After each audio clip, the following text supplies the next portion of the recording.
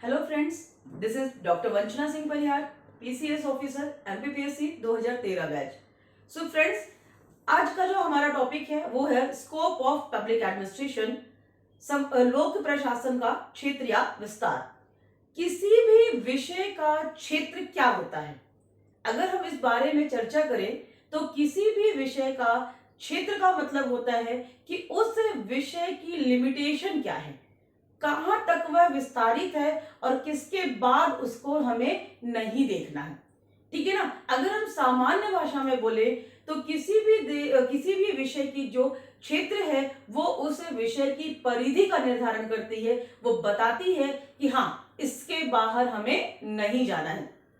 हम परिधि जानते हैं ना कि आपका ये आपका किसी भी, अगर हम लोक प्रशासन की बात करें कि लोक प्रशासन का क्षेत्र क्या है, तो वो क्षेत्र आपका क्या बताएगा, पब्लिक एडमिनिस्ट्रेशन के लिए ये आपकी लिमिटेशन बता देगा कि इस विषय के अंतर्गत हमें बस इन्हीं चीजों को, इन्हीं क्रियाओं को, प्रक्रियाओं को, इन व्यवहारों को या फिर इन सिद्धांतों को सम्मिलित किया जाना चाहिए। अगर हम बात करें अन्य विषयों के साथ, थोड़ा सा मैं इसका क्षेत्र या विस्तार जो है ये समझाने की कोशिश कर रही हूं आपको कि मैं बता सकूं कि क्षेत्र या विस्तार क्या है।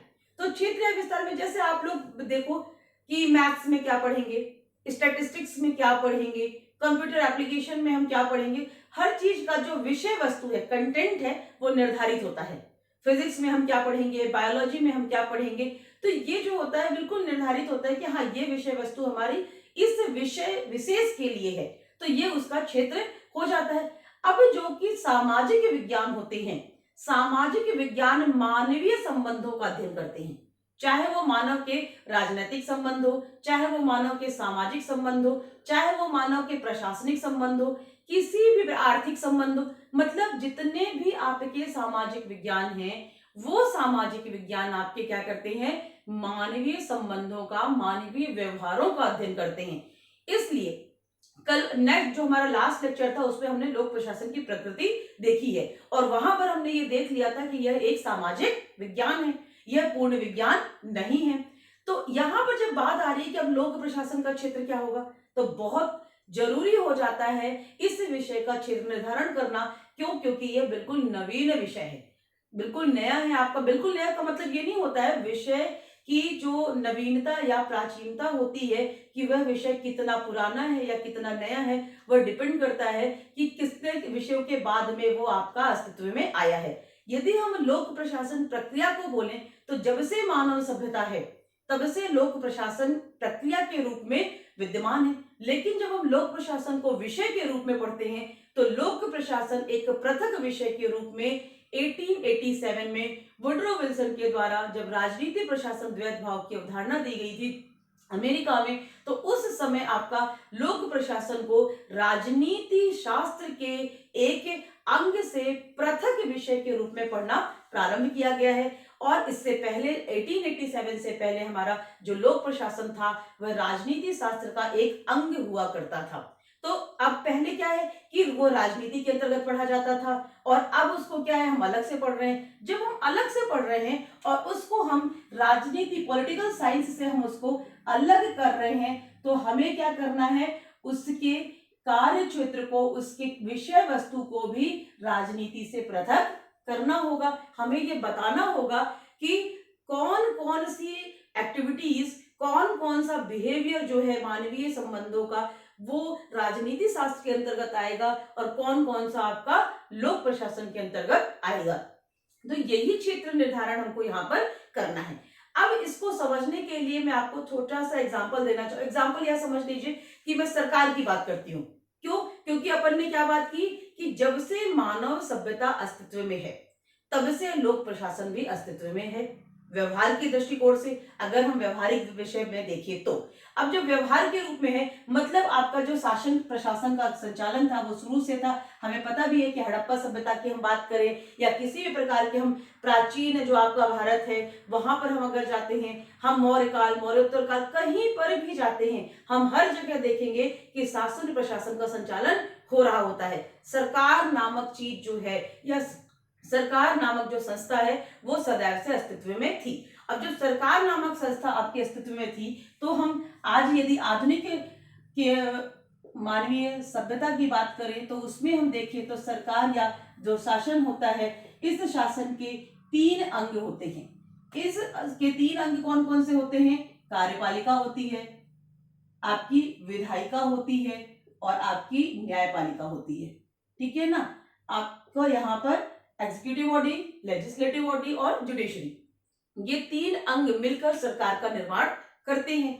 अब इसमें जो आपकी लेजिस्लेटिव बॉडी है, जो आपकी विधायिका होती है, वो पॉलिसी मेकिंग का काम करती है, नीति निर्माण का काम करती है। और वहीं पर जो आपकी एग्जीक्यूटिव बॉडी है, वो क्या करती है? वो जो ये पॉलिसीज बनी हुई हैं, ये जो निर्मित नीतियां हैं, इन नीतियों का क्रियान्वयन करती है, इनको एग्जीक्यूट करती है। मतलब ऊपर लेवल पे आपका क्या हो रहा है? नीतियों का निर्माण हो रहा है और उन निर्मित नीतियों को नीचे ग्रास लेवल तक लाने के लिए, जमीनी स्तर तक लाने के लिए क्या हो रहा है? उनका क्रियान्वयन किया जा रहा है। तो लोक प्रशासन के लिए क्या बोला गया?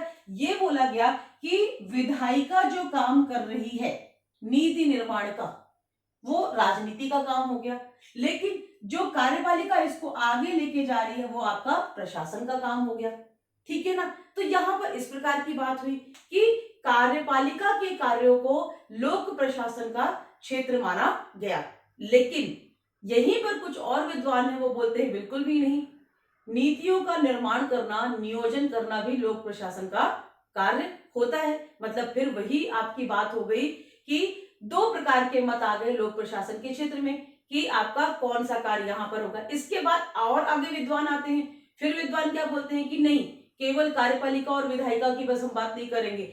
आपके लूथर गुलिक बोलते हैं कि नहीं, आपका नियोजन भी है, आपका ऑर्गेनाइजेशन, आपका ऑर्गेनाइजिंग है, स्टाफिंग है। इस प्रकार से वो बताते हैं, पोस्ट कोर की अवधारणा देते हैं कि लोक प्रशासन का जो क्षेत्र है उसमें इन इन क्रियाओं को सम्मिलित किया जाना चाहिए।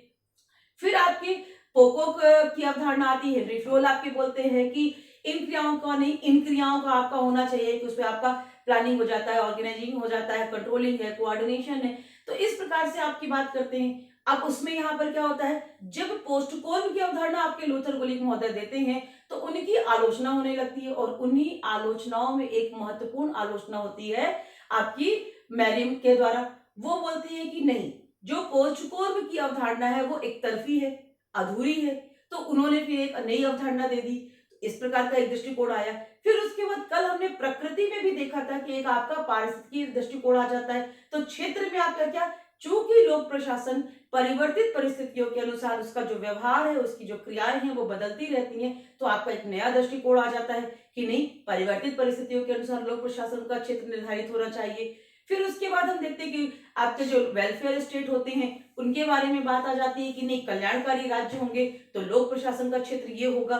फिर वहीं पर आपका एक लोक नीति, पब्लिक पॉलिसी दृष्टिकोण, आपका जो व्यू है वो आ जाता है कि आपकी पॉलिसी मेकिंग से संबंधित जो कार्य होंगे वो लोक प्रशासन के अंतर्गत आएंगे, जिसके अंतर्गत हम 3E, 3P, 4I इस प्रकार की हम अवधारणाओं को देखते हैं। तो हम क्या देखेंगे कि जो लोक प्रशासन का क्षेत्र है उसको बताने के लिए विद्वान एकमत नहीं है। विभिन्न विभिन्न विद्वानों ने विभिन्न विभिन्न बातें बोली हैं लोक प्रशासन का क्षेत्र बताने के लिए। इसमें मैं थोड़ा सा आपको कार्यपालिका वाला एग्जांपल देने की कोशिश कर रही हूँ कि किस प्रकार से हम क्षेत्र को लेकर डाउट में रहते हैं कि लोक प्रशासन का जो क्षेत्र है वो क्या होगा।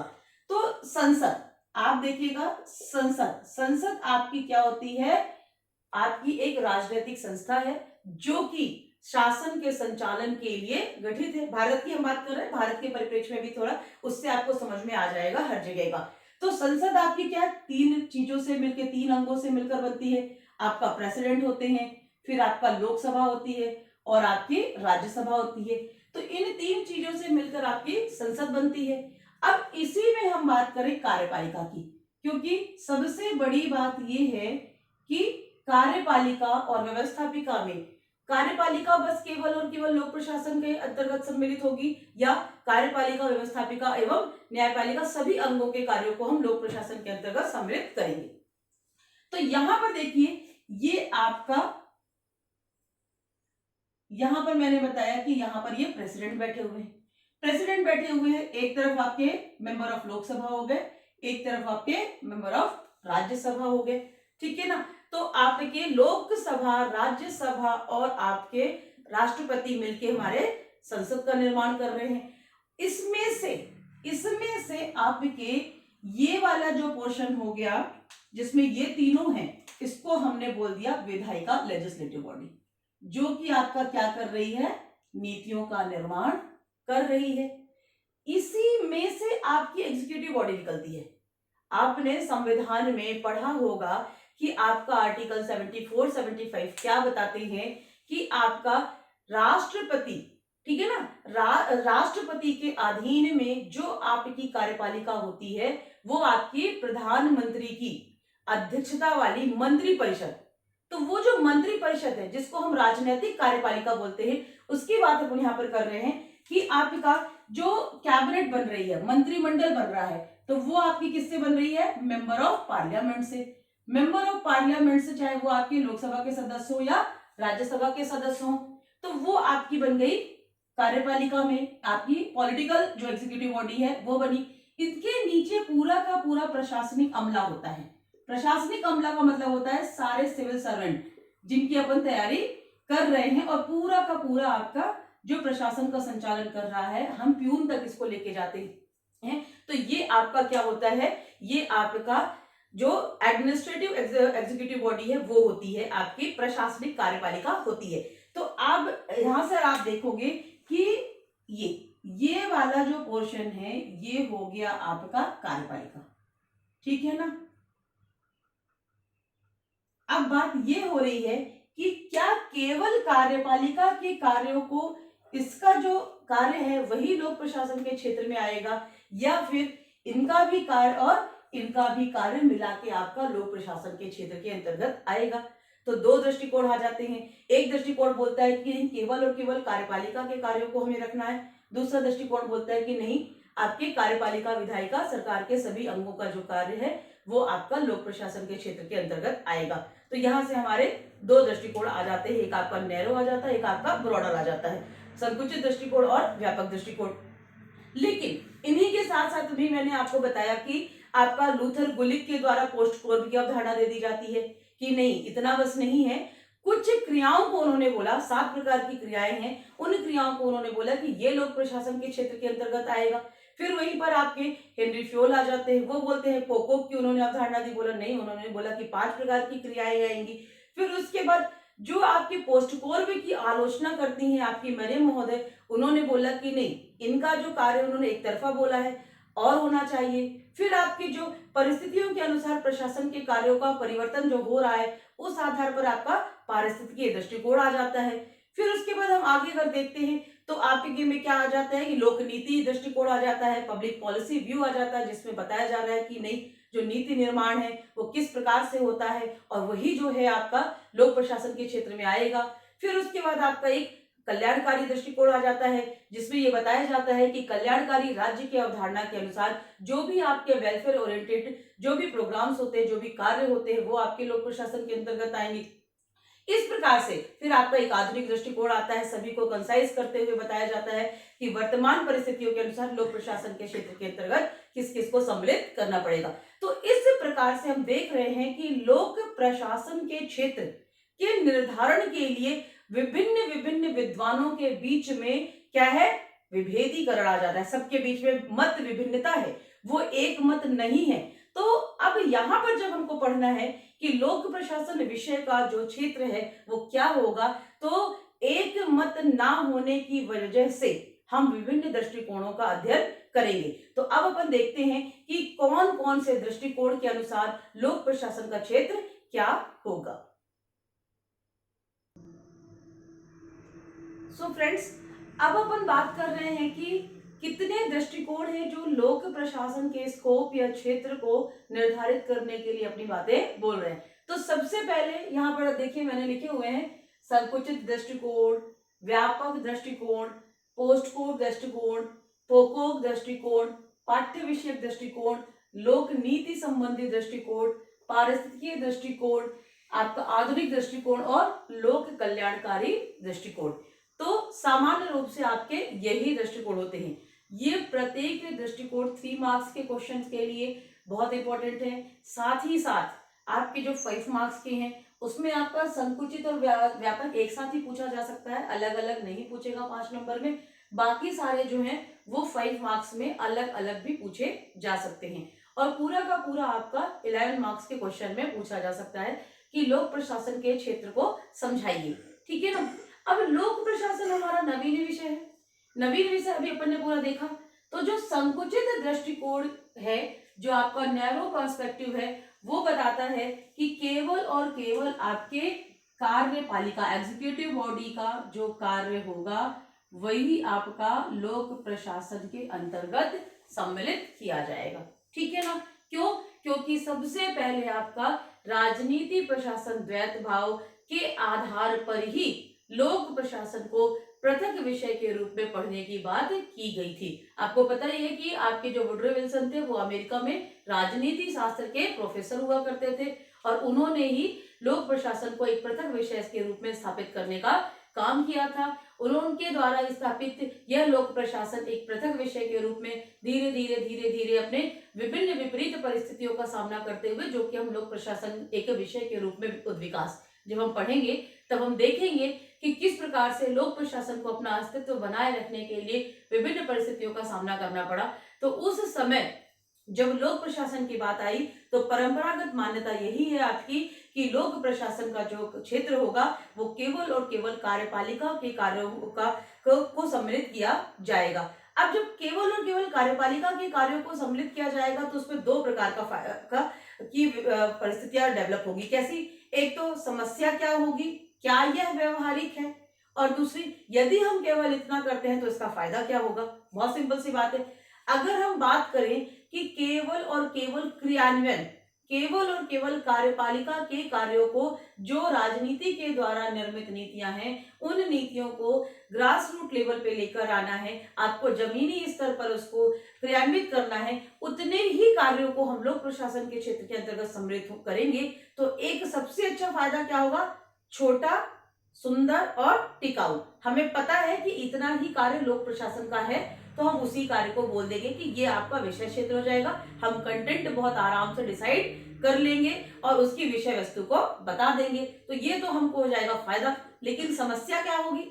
लोक प्रशासन के क्षेत्र को यदि हम बोले कि केवल और केवल आपका कार्यपालिका के कार्य जो है वो सम्मिलित होंगे तो यह व्यवहारिक प्रतीत नहीं होगा। क्यों? क्योंकि हम कंफ्यूज रहेंगे कि कौन सा काम आपका क्या है, क्रियान्वयन का है। क्यों? क्योंकि जब हम आगे अभी पढ़ेंगे हम कि कार्यपालिका संविधान में भी आप लोग पढ़ोगे तो देखोगे कि जो कार्यपालिका होती है वो भी समय समय पर आपके नीतियों का निर्माण कर रही होती है। क्यों? क्योंकि यहाँ पर मैंने आपको जो लास्ट में अभी इससे जस्ट पहले मैंने आपको कार्यपालिका का एक चित्र बनाया था और बताया था कि जो ये कार्यपालिका है इस कार्यपालिका में आपका राजनैतिक कार्यपालिका भी होती है और ये जो राजनैतिक कार्यपालिका होती है ये पॉलिसी मेकिंग में बहुत इंपॉर्टेंट रोल प्ले करती है। फिर उसके बाद जो आपकी एडमिनिस्ट्रेटिव कार्यपालिका एग्जीक्यूटिव बॉडी होती है, प्रशासनिक कार्यपालिका होती है। इस प्रशासनिक कार्यपालिका में जो ऊपर स्तर पर बैठे होते हैं आपके अधिकारी, वो क्या करते हैं? वो भी पॉलिसी मेकिंग का काम करते हैं। ठीक है ना। तो व्यवहारिक रूप से समस्या आती है इसको बताने के लिए। क्यों? क्योंकि लोक प्रशासन में आगे हम पढ़ेंगे स्टाफ और लाइन की बात होती है कि कौन से लोग हमारे स्टाफ कहलाते हैं, कौन से लोग हमारे लाइन कहलाते हैं। तो जो भी डायरेक्टरेट लेवल पे बैठते हैं, जैसे आप देखोगे कि प्रशासन की संरचना में यहाँ पर ऊपर आपका एक संचालय होता है और उस संचालय के नीचे, संचालय मतलब जो ऑफिस में बैठ के आपके पूरा आपको डायरेक्ट कर रहे हैं, डायरेक्टरेट होता है। और उस डायरेक्टरेट के नीचे आपका जो फील्ड ऑफिसर्स होते हैं, जो आपके फील्ड में काम कर रहे होते हैं, ये फील्ड ऑफिसर और ये जो आपके स्टाफ ऑफिसर हैं ये इंटरचेंज होते रहते हैं। कभी ये आपके स्टाफ ऑफिसर के रूप में डायरेक्टरेट में बैठेंगे और कभी ये जो डायरेक्टरेट में बैठेंगे ये आपके फील्ड ऑफिसर के रूप में आपके फ्रंट में काम करने लगेंगे। तो यहाँ पर हम व्यवहारिक रूप से निर्धारित नहीं कर पाते हैं कि कौन आपका क्या हो रहा है, आपका पॉलिसी मेकिंग कर रहा है और कौन आपका क्या कर रहा है, आपका प्रशासन को आगे व्यवहार में लेके आ रहा है, एग्जीक्यूट कर रहा है। इसलिए जो संकुचित या परंपरागत दृष्टिकोण की जो मान्यता है केवल और केवल कार्यपालिका के कार्यों को ही लोक प्रशासन के क्षेत्र में रखा जाए, बड़ी संकुचित है और आपकी व्यवहारिक रूप से वो संभव भी दिखाई नहीं देती है। उसके अपोज में आप इसके जो आपके संकुचित दृष्टिकोण है इसको मानने वाले आपके कौन कौन है? वही आपके जो साइमन हो गए, आपके शुरुआती जो हमारे आपके विद्वान हैं आपके, वो यहाँ पर आते हैं, आपके लूथर गुलिक आ जाते हैं, फ्योल आ जाते हैं, ये सब आपके जो है विद्वान, ये आपके संकुचित दृष्टिकोण को मानने वाले विद्वान हैं।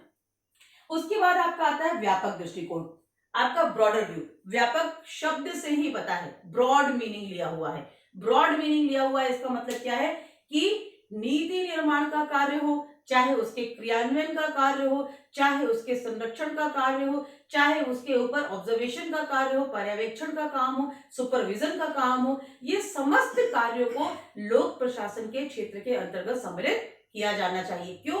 क्योंकि जो लोक प्रशासन है वो हर जगह फैला हुआ है। जब हर जगह है, मानवीय संबंधों का अध्ययन कर रहा है, जो उसके प्रशासनिक संबंध हैं, वो किस प्रकार से लोक प्रशासन मानव समाज के लिए काम कर रहा है। जब मानव समाज के लिए कार्य कर रहा है तो वहां पर उसके जो कार्य क्षेत्र है वो बड़ा वृहद हो जाता है, बहुत ही ज्यादा ब्रॉड हो जाता है। तो यहाँ पर लोक प्रशासन के लिए बोला जा रहा है कि लोक प्रशासन के अंतर्गत नीति निर्माण, उसका क्रियान्वयन, उसका सुपरविजन, समस्त कार्यों को सम्मिलित किया जाना चाहिए। मतलब प्यून से लेकर पॉलिसी मेकिंग करने वाले जो डायरेक्टरेट, जो मैं यहाँ पर आपको बता रही थी कि यहाँ पर डायरेक्टरेट में बैठे हुए हैं, यहाँ पे फील्ड ऑफिसर हैं, तो इन सभी के कार्यों का जो आपके तकनीकी अधिकारी हैं या आपके कर्मचारी, सभी के का मतलब प्रशासन के प्रत्येक स्तर के कार्यों को हमें क्या करना है, लोक प्रशासन के क्षेत्र के अंतर्गत सम्मिलित करना है। तो ये आपका हो गया जो आपका संकुचित दृष्टिकोण और व्यापक दृष्टिकोण है। अब इसके बाद हम देखेंगे पोस्ट कोर्ब दृष्टिकोण। तो पोस्ट कोर्ब दृष्टिकोण के लिए मैं इसको इरेज करती हूँ और फिर मैं आपको अच्छे से बताती हूँ कि जो पोस्ट कोर्ब दृष्टिकोण है, इसमें 7 प्रकार की क्रियाओं को सम्मिलित किया गया है लोक प्रशासन के क्षेत्र के अंतर्गत। और जब लोक प्रशासन के क्षेत्र के अंतर्गत इन 7 प्रकार की क्रियाओं को सम्मिलित किया गया है, तो ये सभी 7 क्रियाओं का फर्स्ट लेटर है जिससे मिलकर आपका पोस्ट कोर्ब बन रहा है। तो इसी को चलिए अपन इसको हटा के उसको अच्छे से देखते हैं। ठीक है ना? ठीक है, तो नेक्स्ट आपका जो है वो है आपकी पोस्ट कोर्ब की जो दृष्टिकोण है कि क्या क्या चीज। तो पोस्ट कोर्ब दृष्टिकोण आपकी किसने दिया है? ये आपका लूथर गुलिक महोदय ने दिया है। लूथर गुलिक महोदय बताते हैं कि लोक प्रशासन के अंतर्गत निम्न 7 जो क्रियाएं हैं उन क्रियाओं को सम्मिलित किया जाना चाहिए। और वो जो है पी फॉर प्लानिंग, प्लानिंग नियोजन। आपको पता है कि नियोजन क्या होता है?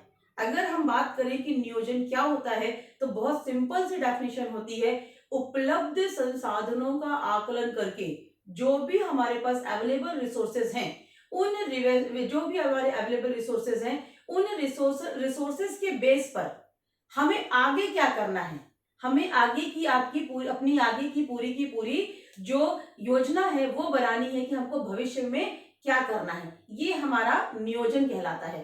तो प्लानिंग, लोक प्रशासन के अंतर्गत प्लानिंग को सम्मिलित किया गया है।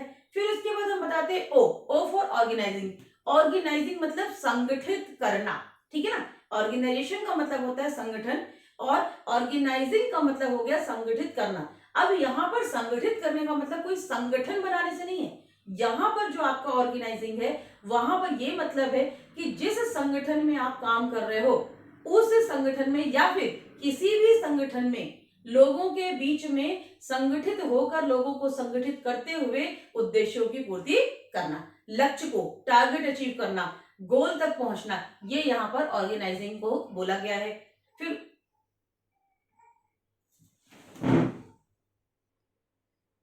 ठीक है, तो ये हो गया आपका ऑर्गेनाइजिंग।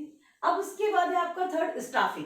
स्टाफिंग मतलब कार्मिकों की व्यवस्था करना, कर्मचारियों की व्यवस्था करना, जितने भी जो भी काम कर रहे हैं सब चीजों की व्यवस्था करना भी आपका लोक प्रशासन के क्षेत्र में आएगा। फिर नेक्स्ट है आपका डी फॉर डायरेक्टिंग, निर्देशित करना। मतलब क्या करना है, क्या नहीं करना है, किस प्रकार से करना है, ये सारी चीजों का जो डायरेक्शन दिया जाएगा वो डायरेक्शन भी आपका लोक प्रशासन के क्षेत्र के अंतर्गत रखा जाना चाहिए। फिर है आपका सीईओ, कोऑर्डिनेटिंग। कोऑर्डिनेटिंग मतलब समन्वय स्थापित करना। बहुत सारे लोगों के बीच में काम करना रहता है। जब बहुत सारे लोग काम कर रहे होते हैं तो जरूरी नहीं है कि सभी के बीच में परस्पर सहयोग और समन्वय स्थापित हो। उनके बीच में संघर्ष भी आएगा, उनके बीच में बहुत सारे कॉन्फ्लिक्ट्स आ जाते हैं, विचारों में भिन्नता आ जाती है, कार्य प्रणाली में भिन्नता आ जाती है। तो उन सभी चीजों के बीच में समन्वय स्थापित करने का भी काम, कोऑर्डिनेशन का भी जो काम होता है वो लोक प्रशासन के अंतर्गत आता है। यहाँ पर विभिन्न विभागों के बीच में समन्वय की भी बात की जाती है। ठीक है ना। जो लोक प्रशासन होता है वो विभिन्न विभिन्न विभिन्न जो संस्थान होते हैं, विभिन्न विभिन्न संगठन होते हैं, बहुत सारे विभाग होते हैं, उनके बीच में भी समन्वय स्थापित करने का काम करता है। तो ये सारी चीजें आएंगी। फिर इसके बाद रिपोर्टिंग, रिपोर्टिंग प्रतिवेदन, किसी भी काम को किया गया, ठीक है ना, किया गया है तो उसको सुव्यवस्थित ढंग से रखने के लिए, उसको एक स्थायित्व प्रदान करने के लिए क्या करते हैं, हमेशा जो सीनियर अधिकारी होते हैं वो अपने जूनियर अधिकारी से रिपोर्ट मंगवा लेते हैं। तो रिपोर्ट मंगवाना और रिपोर्ट देना दोनों ही चीज रिपोर्टिंग के अंतर्गत आ जाता है। कि आपका, जैसे मेरे से कलेक्टर सर ने कोई काम करवाया, अगर कलेक्टर सर ने बोला कि आपको ये काम कर, वर्तमान का अपन देख लेते हैं कि वर्तमान में आपकी कोविड महामारी चल रही है और इसके लिए प्रशासन जो भी काम कर रहा है, तो आप डेली आप देख रहे होंगे कि रात में आपका कोरोना बुलेटिन आता है। तो जो कोरोना बुलेटिन है वो एक तरीके से आपकी रिपोर्टिंग होती है कि ये सारा काम दिन भर का है, इतने सैंपल लिए गए हैं, इतने आपके नेगेटिव आए हैं, इतने आपके पॉजिटिव आए हैं, इतनों को डिस्चार्ज किया गया है, तो ये आपकी रिपोर्टिंग होती है। तो प्रतिवेदन भी आपका लोक प्रशासन का अंतर्गत आता है। नेक्स्ट आपका होता है बजटिंग।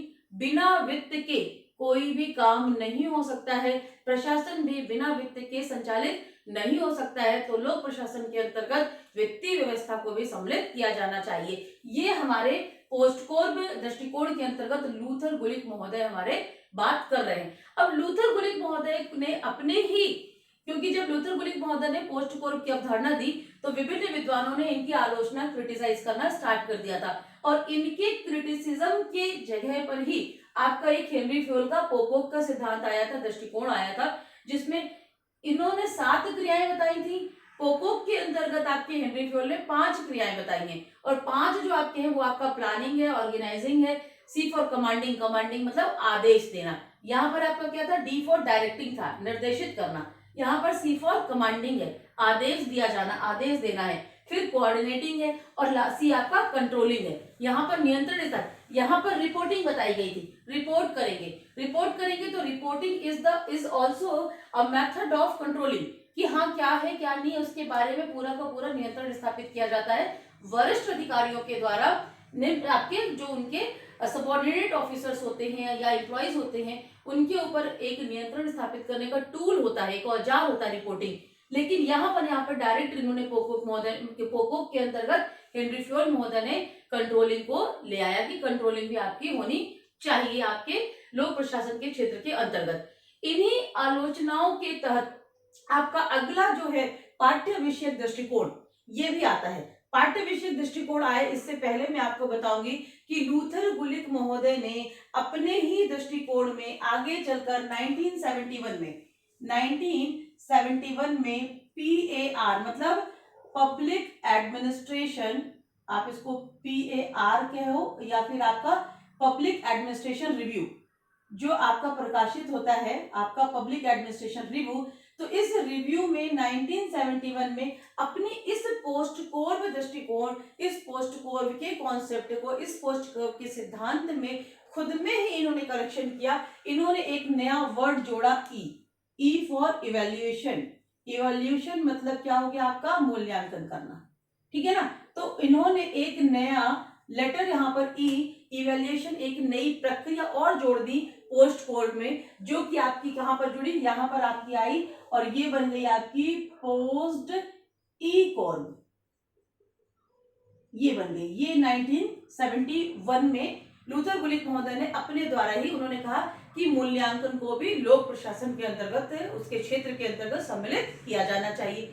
अब इन जो पोस्ट कोर्ब, लूथर गुलिक की पोस्ट कोर्ब की अवधारणा थी, इन्हीं की आलोचना में आपका एक नया दृष्टिकोण आता है जिसको हम पाठ्य विषय दृष्टिकोण कहते हैं, सब्जेक्ट मैटर पर्सपेक्टिव है, जो आपकी लेविस मरियम महोदय के द्वारा आया। लेविस मरियम महोदय पोस्ट कोर्ब की आलोचना करते समय बोलती हैं कि लूथर गुलिक महोदय ने लोक प्रशासन के एक पक्ष का वर्णन किया है। उन्होंने बोला कि लोक प्रशासन सीजर, आप कैची समझते हो ना, कैची के 2 फलकों के समान है। सीजर के जो 2 साइड्स होते हैं, जो 2 फेसेस होते हैं, उन 2 फेसेस के समान आपका लोक प्रशासन का क्षेत्र है, जिसमें आपका जो एक फेस होता है, एक फलक होती है, वो होती है कौन से कार्य, और जो दूसरा फलक होता है वह किन अंगों का कार्य। मतलब आपका यहाँ पर हमने देखा कौन से कार्य, लूथर गुलिक महोदय ने कार्यों का वर्णन किया है, लेकिन इन कार्यों को किस अंग के द्वारा किया जाएगा, कौन करेगा, किसके द्वारा इन कार्यों का क्रियान्वयन किया जाएगा, एग्जीक्यूशन कौन करेगा, तो इस चीज को लूथर गुलिक महोदय की पोस्ट कोड दृष्टिकोण में मिस कर दिया गया है, ऐसा हमारी लेविस मरियम महोदय बताती हैं। और उनके द्वारा जो बताया गया, तो उन्होंने ये कहा कि लोक प्रशासन के क्षेत्र के अंतर्गत कौन से कार्य और तथा किन अंगों के कार्य हैं, दोनों चीजों को सम्मिलित किया जाना चाहिए और उनके दृष्टिकोण को फिर पाठ्य विषय दृष्टिकोण के अंतर्गत रखा गया। और ये सही भी था, इससे ये समझ में आ जाता है कि कौन सा अंग क्या कार्य करेगा, ये दोनों ही चीजें आपकी लोक प्रशासन के क्षेत्र के अंतर्गत सम्मिलित हो जाएगी, तो लोक प्रशासन का जो विषय वस्तु है वो बनाने में सहूलियत हो जाएगी। तो पाठ्य विषय दृष्टिकोण हो गया। इसके बाद हम अपना अगला दृष्टिकोण देखते हैं, तो इसको मैं मिटा देती हूँ, इरेज कर देती हूँ और आगे अपन देखते हैं। तो नेक्स्ट अपना क्या है, लोक नीति संबंधी दृष्टिकोण, पब्लिक पॉलिसीज रिलेटेड पर्सपेक्टिव।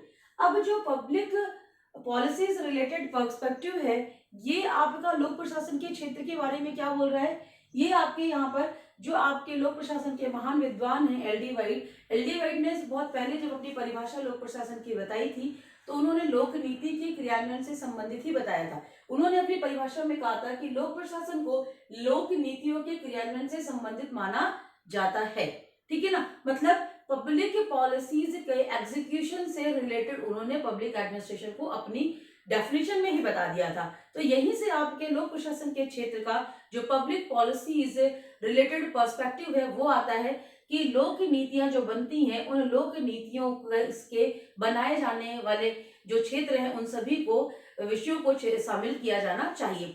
अब बात आती है कि लोक नीतियों का निर्माण कौन करता है। अभी अपन ने देखा था कि जो राजनीतिक कार्यपालिका है और आपकी जो विधायिका है, जो आपकी पॉलिटिकल एग्जीक्यूटिव बॉडी है और जो आपकी लेजिस्लेटिव बॉडी है, ये दोनों मिलकर हमारी पॉलिसीज का निर्माण करते हैं, पॉलिसी मेकिंग करते हैं। लेकिन क्या ये पूरी तरीके से सही है?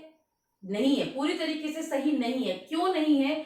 अगर हम थ्योरेटिकल देखेंगे तो बिल्कुल सही है, लेकिन जब इसी को हम क्या करते हैं, बिहेवियर में देखते हैं इसको, तो ये आपको सीधे सीधे दिखाई देगा कि जो आपके सीनियर मोस्ट सिविल सर्वेंट होते हैं, जो आपके सेक्रेटरीट में बैठे हुए होते हैं, पूरा का पूरा खाका तैयार करके वही देते हैं, है ना। हम जानते हैं ना कि हर जो पॉलिटिकल आपके मिनिस्टर्स होते हैं, लीडर्स होते हैं, उनके पीए के रूप में आपके सिविल सर्वेंट होते हैं। सिविल सर्वेंट मतलब एडमिनिस्ट्रेटिव एग्जीक्यूटिव बॉडी के पार्ट, जो मैंने आपको पहले भी बताया था कि अगर हम यहाँ पर ये बताएं तो जो ये ऊपर वाला है आपका, ये जो मैंने आपको शासन का बताया था, ये आपका क्या होता है, आपकी पॉलिटिकल एग्जीक्यूटिव बॉडी होती है और ये आपकी एडमिनिस्ट्रेटिव एग्जीक्यूटिव बॉडी होती है।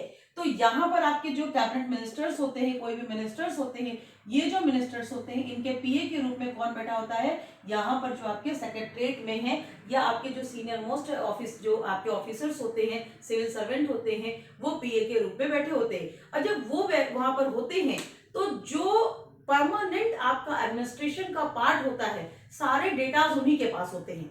तो किसी भी प्रकार की जो पॉलिसी बनाई जानी है, जो नीतियों का निर्माण किया जाना है, तो उनके लिए जो रॉ मटेरियल होता है वो कहाँ से आता है, वो रॉ मटेरियल हमारे जो फील्ड ऑफिसर्स होते हैं, जो आपका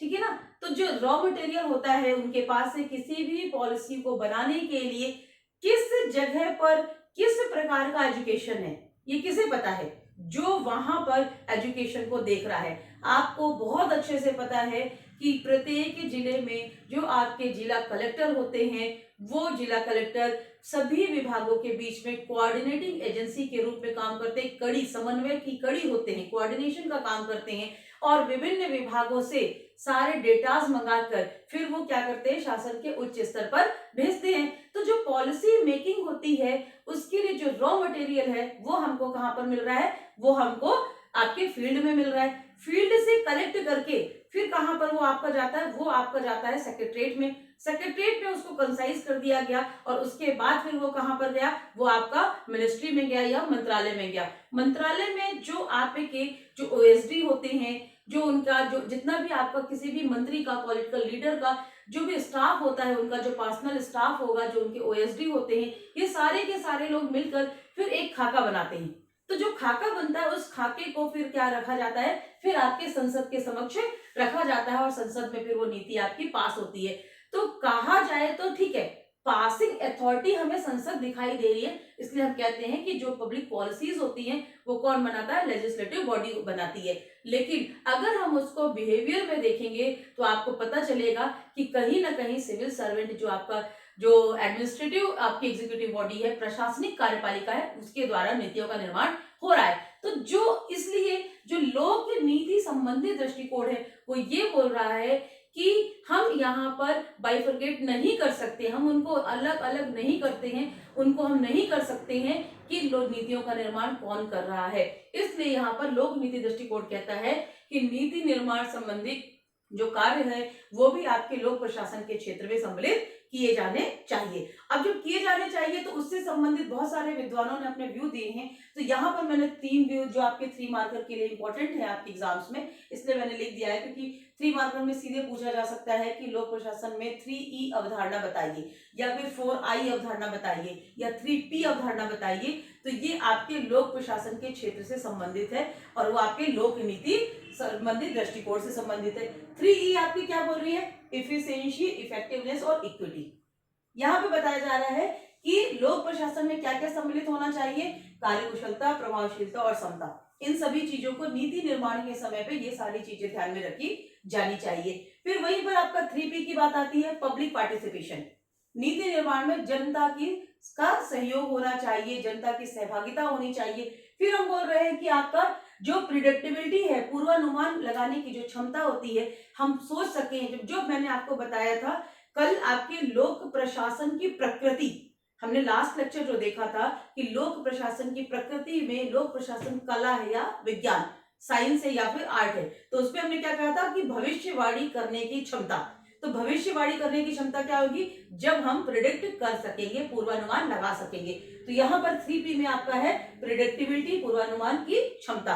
और थर्ड आपका जो 3P का P है वो प्रोसीजरल ड्यू प्रोसेस है, प्रक्रियाओं की कार्यविधि। तो ये आपकी लोक नीति के अंतर्गत 3P और 3E की अवधारणा है। यहीं पर आपके जो बैली महोदय हैं उन्होंने 4I की अवधारणा दी लोक नीति से संबंधित। उन्होंने कहा कि पब्लिक एडमिनिस्ट्रेशन के क्षेत्र में आइडियाज, इंटरेस्ट, इंस्टीट्यूशंस और इंडिविजुअल, मतलब विचार, लोगों की बातों को भी, इंटरेस्ट, हित, किसके लिए, हम मानव समाज के लिए काम कर रहे हैं तो उनका हित किसमें, उनका इंटरेस्ट किसमें है, इंस्टीट्यूशंस, कौन कौन से संस्थाएं हैं उन सबको सम्मिलित करने, इंडिविजुअल मतलब व्यक्ति, कि हर किसी को सम्मिलित किया जाना चाहिए। तो इस प्रकार से आपकी जो लोक नीति संबंधी दृष्टिकोण है वो लोक प्रशासन के क्षेत्र को जब बताने की बात कर रहा है तो इस प्रकार से आपकी बात कर रहा है कि लोक नीति में नीति निर्माण और उसके क्रियान्वयन सभी को सम्मिलित किया जाना चाहिए।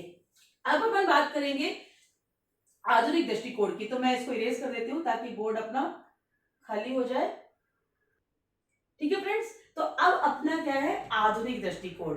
जो मॉडर्न पर्सपेक्टिव है लोक प्रशासन के क्षेत्र का वो क्या है, जो आपका वैश्वीकरण की अवधारणा आई, ग्लोबलाइजेशन का युग आया, ग्लोबलाइजेशन के युग के बाद आपकी बहुत सारी जो सामाजिक परिस्थितियां थी वो परिवर्तित हुई और उन परिवर्तित परिस्थितियों में बहुत सारी, मतलब यहाँ पर आप देखिएगा कि जो आधुनिक दृष्टिकोण है और जो आपका पारिस्थितिकीय दृष्टिकोण है लगभग एक दूसरे के पर्याय ही रहते हैं। ठीक है ना, एक दूसरे के एक ही जैसे हैं लेकिन फिर भी हम अलग अलग बताएंगे। तो जो आधुनिक दृष्टिकोण है वो क्या कह रहा है कि जो आधुनिक समाज है उस आधुनिक समाज में परिवर्तित परिस्थितियों में, ग्लोबलाइजेशन के बाद की परिस्थितियों में जिस प्रकार का समाज हुआ है, जिस प्रकार से समाज में प्रशासन के कार्यों को बढ़ाया गया है, उस प्रकार से लोक प्रशासन के क्षेत्र को, लोक प्रशासन के क्षेत्र के अंतर्गत समस्त गतिविधियों को रखा जाना चाहिए। तो जो आपकी वर्तमान में मतलब समन्वय है, आपका नीति निर्माण है, उनका क्रियान्वयन है, विभिन्न लोगों के साथ में समन्वय, या फिर अगर जो भी परिवर्तित परिस्थिति है उस परिस्थिति के अनुसार जो भी चीजें लेना है वो समस्त चीजें आपकी क्या है, लोक प्रशासन के अंतर्गत आनी चाहिए। अब इसी को पारिस्थितिकीय दृष्टिकोण से समझते हैं, फिर मैं आपको बताऊंगी कि ये दोनों कैसे एक जैसे हो जाते हैं। ठीक है ना, अब पारिस्थितिकीय दृष्टिकोण, पारिस्थितिकीय दृष्टिकोण जो है इसी को आप क्या कहते हैं, मनोसामाजिक, मनोसामाजिक दृष्टिकोण। साइको सोशल पर्सपेक्टिव और पारिस्थितिकीय दृष्टिकोण या इकोलॉजिकल पर्सपेक्टिव सेम है। ये क्या है? परिस्थिति। अब देखिएगा, ये जो है हमारा, ये है समाज, इसी के अंतर्गत आपका क्या है? ये है प्रशासन। ठीक है ना? ये हो गया प्रशासन, ये हो गया समाज। ठीक है ना? जहां पर आपका मानव है, आपका समस्त गतिविधियां हो रही हैं। अब होगा क्या? यहां पर जिस प्रकार की परिस्थितियां डेवलप हो रही हैं, जैसी परिस्थितियां डेवलप होंगी, जो भी सिचुएशंस आएंगी, उन सिचुएशन के हिसाब से प्रशासन का कार्य परिवर्तित होगा। ठीक है ना? ठीक है। अब यहां पर आपका एग्जांपल वर्तमान वाला है, कोविड-19। अभी तक कलेक्टर सर या फिर आपकी पुलिस क्या काम कर रही थी? ये अपना राजस्व संबंधी काम कर रहे थे, आपके डेली रूटीन के काम कर रहे थे, लॉ एंड ऑर्डर मेंटेन करना था, ये सब काम कर रहे थे। कोविड-19 आया, और कोविड-19 आया तो प्रशासन क्या काम करने लग गया? हेल्थ इश्यू से रिलेटेड काम करने लग गया, वेलफेयर के काम करने लग गया। तो इस प्रकार से क्या हुआ? ये जो परिस्थितियां बनी, उन परिस्थितियों के अनुसार प्रशासन प्रभावित हुआ। और इसी प्रकार से अब देखिए प्रशासन कैसे इनको प्रभावित कर रहा है। प्रशासन ने लॉकडाउन कर दिया। अब लॉकडाउन कर दिया तो क्या आप अपने मन से कुछ कर पाओगे? नहीं। अब आप जैसा प्रशासन बोल रहा है वैसा काम कर रहे हो। ठीक है ना? तो प्रशासन जो है वो परिस्थिति को भी प्रभावित करता है, और जो परिस्थितियां हैं वो प्रशासन को प्रभावित करती हैं। यही आपका पारिस्थितिकीय दृष्टिकोण कहता है। तो लोक प्रशासन के क्षेत्र के लिए ये दृष्टिकोण कहता है कि परिवर्तित परिस्थितियों के अनुसार जो भी नया विकास हो रहा है, जो भी परिस्थितियां बन रही हैं, उन परिस्थितियों के अनुसार लोक प्रशासन का जो क्षेत्र है वो परिवर्तित होगा, और उन्हीं परिस्थितियों के अनुरूप उसके क्षेत्र पर निर्धारण के लिए छोड़ देना चाहिए। आपके यहाँ पर रिक्स महोदय बोलते हैं कि हाँ, जैसी परिस्थितियां होंगी उस प्रकार से बनेगा। तो इसको पारिस्थितिकीय दृष्टिकोण, सीधे सीधे जिसको हम कहते हैं मनोसामाजिक दृष्टिकोण, भी इसके अंतर्गत यही बोला जा रहा है कि परिस्थिति अनुसार लोक प्रशासन का क्षेत्र का निर्धारण होगा, इसलिए हम उसकी लिमिट डिसाइड नहीं कर सकते हैं। ठीक है ना? तो ये है। अब यही पे क्या बोल रहे थे कि ये जो आपका आधुनिक दृष्टिकोण है और जो ये आपका पारिस्थितिकीय दृष्टिकोण है, लगभग लगभग वो एक दूसरे के पर्याय है। वो एक दूसरे के पर्याय कैसे हैं? पारिस्थितिकीय दृष्टिकोण भी क्या बोल रहा है कि परिस्थितियां प्रशासन को प्रभावित करती हैं, और प्रशासन परिस्थितियों को प्रभावित करता है, मतलब पर्यावरण को प्रभावित करता है, मानवीय समाज को प्रभावित करता है। परिवर्तित परिस्थितियों के अनुसार लोक प्रशासन का कार्यक्षेत्र निर्धारित होगा कि क्या क्या चीजें लोक प्रशासन के अंतर्गत आएंगी।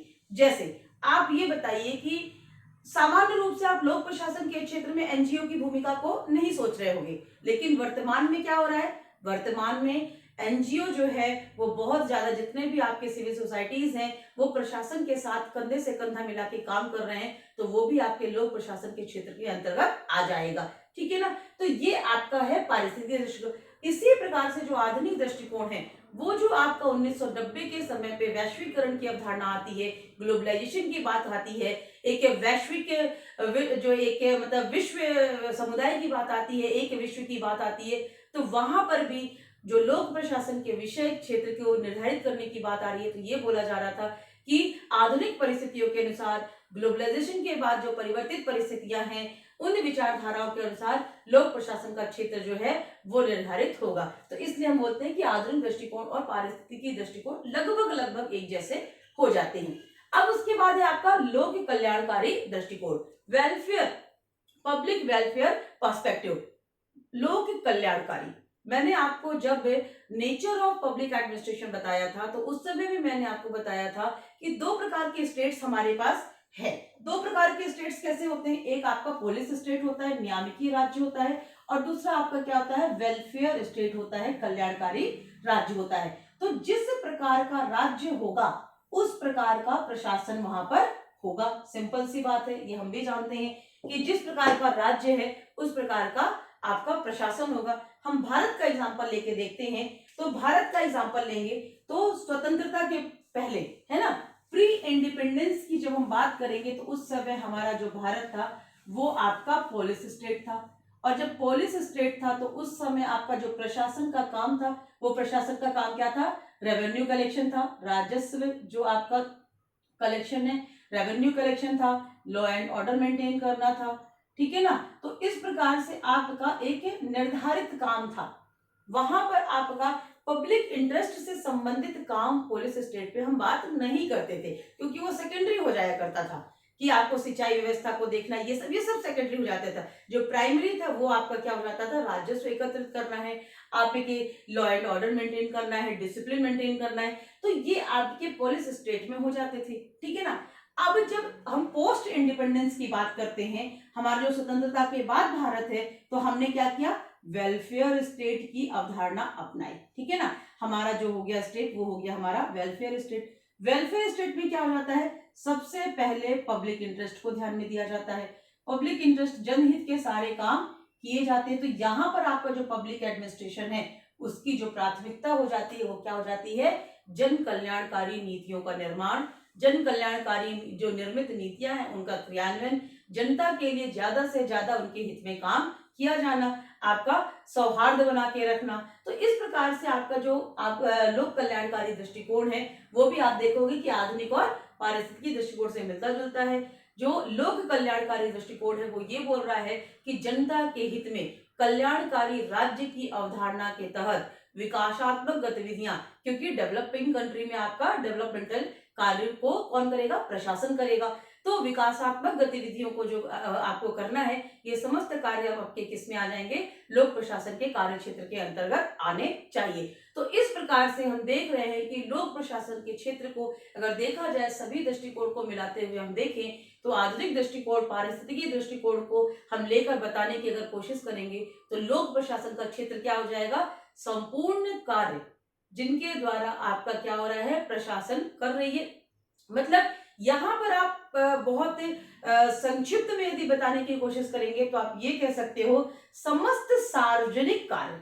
सार्वजनिक का कार्य मतलब क्या हो जाता है? जिसमें ज्यादा से ज्यादा जनता समाहित है। तो समस्त सार्वजनिक कार्य जो हो जाएंगे, चाहे वो आपके नीति निर्माण से संबंधित हो, चाहे वो क्रियान्वयन से संबंधित हो, जिसमें जनहित सम्मिलित होता है, वो समस्त कार्य कौन कर रहा है? चाहे वो आपकी एनजीओ कर रही है, चाहे वो आपकी सिविल सोसाइटी कर रही है, चाहे वो आपका निजी सेक्टर, प्राइवेट सेक्टर कर रहा है, लेकिन यदि वो जनहित में काम कर रहा है, सार्वजनिक कार्य है उसका, तो वो समस्त कार्य क्या हो जाएंगे? वो समस्त बातें जो हो जाएंगी, वो समस्त चीजें आपकी लोक प्रशासन के क्षेत्र के अंतर्गत सम्मिलित की जाएंगी। तो इस प्रकार से विभिन्न दृष्टिकोणों के माध्यम से हमने लोक प्रशासन के क्षेत्र को समझने की कोशिश की है। आई होप कि आपको समझ में आया होगा। लेकिन अभी मैं आपको एक चीज और बताऊं कि इस पे जो क्वेश्चंस पूछे जाते हैं, उनमें आपको आंसर कैसे लिखना है। आंसर कैसे लिखेंगे? जब 3 मार्कर में आएगा पोस्ट कोर्ब को बताइए, तो पोस्ट कोर्ब के जो 7 आपकी क्रियाएं हैं, उन क्रियाओं का आप फुल फॉर्म बस लिख दोगे और लिख दोगे कि लूथर गुलिक महोदय के द्वारा ये अवधारणा दी गई 3 मार्कर में। यहीं पर जब आपका ये 5 मार्क्स में आता है, तो आप क्या करोगे? सबका एक एक लाइन लिख दोगे कि नियोजन का तात्पर्य ये होता है, संगठन का तात्पर्य ये होता है। तो एक एक लाइन में आप बता के, और लूथर गुलिक महोदय के द्वारा पोस्ट कोर्ब की अवधारणा दी गई थी, जिसके द्वारा उन्होंने लोक प्रशासन के क्षेत्र का निर्धारण करने का प्रयास किया था, ठीक है ना। और उसमें अगर 5 नंबर में आपके पास लग रहा है कि हाँ 50-60 शब्द नहीं हुए हैं आपके, या 5 से 6 लाइन नहीं हुई है, तो 1971 में उनके द्वारा जो आपका इवेल्युएशन या मूल्यांकन जोड़ा गया था, उसको भी आप वहां पर लिख सकते हो। सेम आपका पोकोक पे भी आपको यही करना है। फिर उसके बाद यदि आपका आता है 11 नंबर में, 11 मार्क्स में पूछा जाता है कि लोक प्रशासन के क्षेत्र को समझाइए। तो ये समस्त जो आपके 7-8 क्षेत्र, आप जो दृष्टिकोण मैंने बताए हैं, उन्हीं को आप क्या करोगे 3 से, क्योंकि अब आपको जो 11 मार्क्स में आपको लिखने हैं 200 वर्ड्स लिखने हैं, तो जो 200 वर्ड्स में ही आपको कंसाइज करना है, तो आप बहुत बड़ा बड़ा नहीं लिखोगे। आप क्या करोगे? 3 से 4 लाइन में लोक प्रशासन क्या है और उसका क्षेत्र क्या कहलाता है, ये बता दोगे। कि लोक प्रशासन आप बताओगे 2 लाइन में डेफिनेशन, और लोक प्रशासन के क्षेत्र से तात्पर्य क्या होता है कि लोक प्रशासन विषय के अंतर्गत क्या क्या सम्मिलित किया जाना चाहिए, यही आपका लोक प्रशासन का क्षेत्र है, जिसके लिए विभिन्न विभिन्न दृष्टिकोण हमारे हैं। और ये दृष्टिकोण आप लिख दोगे। एक फ्लो चार्ट, जो मैंने सबसे पहले फ्लो चार्ट बनाया था, वो वाला पूरा आप फ्लो चार्ट बना दोगे, और उसके बाद 2-2 लाइन आप सभी चीजों का बताओगे तो आपके 200 वर्ड्स हो जाएंगे। और सभी बताने के बाद लास्ट में आप क्या करोगे, 2 से 3 लाइन में आप कंक्लूजन जरूर देना। बिना कंक्लूजन दिए आपका आंसर कंप्लीट नहीं होता है। तो आप ज्यादा से नहीं, अगर तो 3 लाइन का 4 लाइन का भी आप कंक्लूजन दे सकते हो। क्या निष्कर्ष लिखोगे कि उपरोक्त दृष्टिकोणों के माध्यम से हम समझते हैं कि जो लोक प्रशासन का क्षेत्र है वो बहुत व्यापक है। विभिन्न प्रकार के सार्वजनिक, जो मैंने अभी बोला था ना कि समस्त सार्वजनिक कार्य, चाहे वो आपके निजी संस्थान कर रहे हैं, चाहे वो गैर सरकारी संगठन कर रहे हैं, चाहे वो शासकीय संगठनों के द्वारा किया जा रहा है, समस्त कार्य जो है वो लोक प्रशासन के क्षेत्र के अंतर्गत सम्मिलित किए जाएंगे। तो इस प्रकार से आप उसको कंक्लूड कर दोगे। फिर आपका जो इसके अलावा तो ये, हाँ, यही अगर आपका क्वेश्चन आपका कैसे आता है 11 मार्क्स में, लोक प्रशासन से आप क्या समझते हैं तथा लोक प्रशासन के क्षेत्र को समझाइए।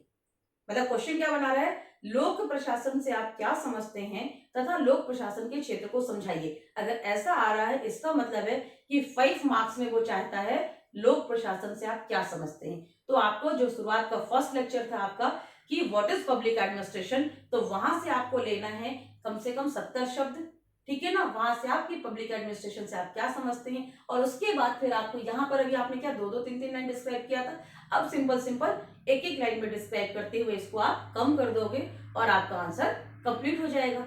अब यहीं पर देखिए, मैंने इसके पहले लेक्चर बता दिया है आपको कि लोक प्रशासन की प्रकृति। अब क्वेश्चन बन रहा है कि लोक प्रशासन से आप क्या समझते हैं, लोक प्रशासन की प्रकृति एवं विस्तार बताइए। तो प्रकृति में आपका वही जो 2 था, प्रबंधकीय, आपका एकीकृत एवं आधुनिक, तथा उसके बाद कला या विज्ञान, तो वो आपको शॉर्ट में लिखना है और उसके बाद फिर आपको ये लिख देना है। मतलब वो आपके मार्क्स कैसे बट रहे हैं, 11 मार्क्स को वो कैसे बांटेगा, वो बांटेगा 3 मार्क्स में लोक प्रशासन से आप क्या समझते हैं, ठीक है ना। फिर उसके बाद 4 मार्क्स में आपका क्या हो जाएगा, लोक प्रशासन की प्रकृति, और इसी प्रकार से फिर 4 मार्क्स में लोक प्रशासन का क्षेत्र। तो इस प्रकार से वो डिवाइड करेगा। तो आपके जो आंसर राइटिंग का फॉर्मेट होगा वो इस प्रकार से होना चाहिए। तो मुझे लग रहा है कि आप लोग अब इसको लिख लोगे, आप लोग प्रैक्टिस करिएगा। अगर कभी कुछ डाउट हो रहा है, कुछ समझ में नहीं आ रहा है, तो आप लोग टेलीग्राम चैनल पर क्वेश्चन आप राइज कर सकते हो, या फिर पर्सनल मेरे जो फेसबुक मैसेंजर है उसमें भी कर सकते हो, या फिर जो अरस्तु आईएएस एकेडमी का जो फेसबुक में पेज है उसके मैसेंजर पर भी आप मुझको एड्रेस करते हुए कर देना, तो वहां से मेरे पास क्वेश्चन पहुंच जाएगा, ठीक है ना। डॉक्टर वंचना सिंह के नाम से मेरा फेसबुक अकाउंट है। अगर आप मेरे मैसेंजर पे भी क्वेश्चन अराइज करोगे तो भी मैं बता दूंगी। और मेरा जो एक टेलीग्राम है वो भी वंचना पीएससी गाइड से है, अगर आप ज्वाइन करना चाहो उसमें भी क्वेश्चन पूछ सकते हो। अरस्तु आईएएस एकेडमी का जो टेलीग्राम चैनल है वो भी शायद अरस्तु आईएएस एकेडमी के भी नाम से है, उसमें भी आप क्वेश्चन अराइज करोगे तो मैं आपको आंसर वहां पर जरूर दूंगी। तो आप लोग, हाँ, थोड़ा सा भले ही डिले हो जाए मेरे को जब तक मैसेज पहुंचेगा, लेकिन मैं आंसर आपका जरूर वहां पर दूंगी, और आपके जो भी क्वेरीज होंगी वो मैं सॉल्व करूंगी। तो मैं उम्मीद करती हूँ कि आपको ये टॉपिक समझ में आया होगा। आपका लॉकडाउन 4.0 की भी घोषणा हो चुकी है, मतलब अभी हमको घर पर काफी लंबे समय तक रहना है और अपनी तैयारी को घर में बहुत अच्छे से करना है। जब भी पीएससी आएगी, जिस प्रकार से 2019 पीएससी आई थी, विद इन 58 डेज में उसने एग्जाम प्री का करा लिया था, और मेंस के लिए भी उसने ज्यादा समय नहीं दिया था। तो फ्रेंड्स, 2020 की पीएससी भी इसी तरीके से आएगी, विद इन 50 to 60 डेज में आपका प्री होगा और मेंस का समय कम मिलेगा। तो इस समय को आप बर्बाद मत करिए, घर में रहकर सुरक्षित रहते हुए प्रिकॉशन के साथ अपनी पढ़ाई को बहुत आगे करिए। पीएससी 100% आएगी, ये बिल्कुल मत सोचिएगा कि ये जो अफवाहें फैल रही हैं कि पीएससी आएगी भी कि नहीं आएगी, पीएससी जरूर आएगी। क्यों? क्योंकि रिटायरमेंट एमपी में बहुत सारे हैं, गवर्नमेंट को उनके लिए काम करने के लिए उनका सब्स्टिट्यूट ढूंढना ही पड़ेगा। पीएससी की जो प्रोसेस है बेटा, मैं आप अपने अपने इस लेक्चर में आज ये बातें इसलिए बोल रही हूँ क्योंकि कल मेरे पास कम से कम 50 फोन कॉल्स आए हैं कि मैडम 2020 की वैकेंसी आएगी भी कि नहीं आएगी, हम पढ़ें कि नहीं पढ़ें, मन नहीं लग रहा है। केवल इस वजह से मैं आज ये बात आपको बता रही हूँ कि 2020 की वैकेंसी आएगी और 100% आएगी। हाँ, समय कम मिलेगा, अचानक से आएगी, इसलिए आप लोग घर पे पढ़ें, सुरक्षित रहें, stay home, be safe, all the best, अच्छे से पढ़ाई करिएगा। तो मैं इसी शुभकामनाओं के साथ कि आप अच्छे से पढ़ोगे, जो भी आपको मैं समझा रही हूँ आपको समझ में आ रहा होगा। Thank you, all the best.